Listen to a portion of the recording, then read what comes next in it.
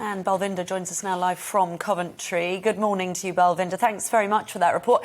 I mean, a lot of people are now talking about the menopause and the lack of knowledge and the way they've been sort of, I guess, forgotten or not treated well enough, I guess, in some ways by their GP or whoever else. I mean, the conversation's very much out there. But what else have you learnt from speaking to these ladies?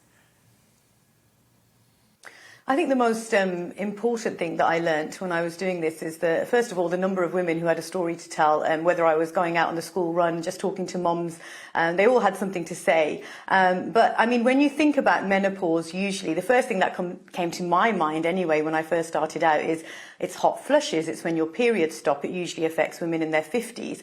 But as I was speaking to more women, the psychological symptoms can start well before you see any physical changes to your body. So, you know, you might, one woman I spoke to, she's a lecturer at a university, and she told me that she developed symptoms of brain fog. So usually she's very confident. She can stand up in front of hundreds of students and deliver her course material, but she was forgetting things. And then she found herself losing her confidence, and eventually she left working as a lecturer. And this has huge implications to women's livelihoods. I mean, Sam, who you saw in that report, thought she had dementia. So it's understanding that there can be psychological symptoms presenting themselves well before you start to see any physical changes. And it could simply be that you're feeling very low, but you're not depressed, but you don't feel good about yourself. And that could be something as simple as, hormones in your body changing and you being in perimenopause. I mean,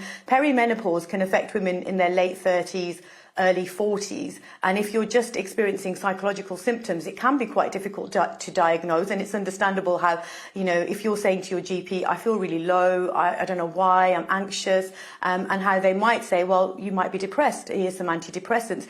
And that is where campaigners are now saying, look, this training, it needs to be more mandatory. We need to make sure that all healthcare professionals are being trained on all the symptoms so that it's not just identified as something that you feel you have hot flushes or your periods are changing. So, I mean, the Royal College of GPs, I did speak to them and what they said is that menopause training is part of is on the curriculum for all GPs before they are allowed to practice independently. But what they did say is that GP training includes a whole breadth of health-related topics. Menopause is just one of them, and the training program is one of the shortest in all medical specialties. So compared to being a paediatrician or a surgeon, the training program for GPs is shorter.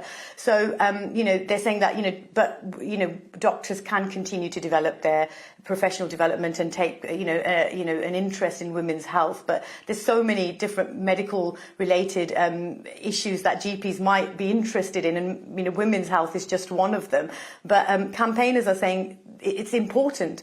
50% of our population are female, and at some point they're going to go through menopause, so it's important that we're supporting them, understanding them. I mean, one GP, she did some research, she specialises in menopause.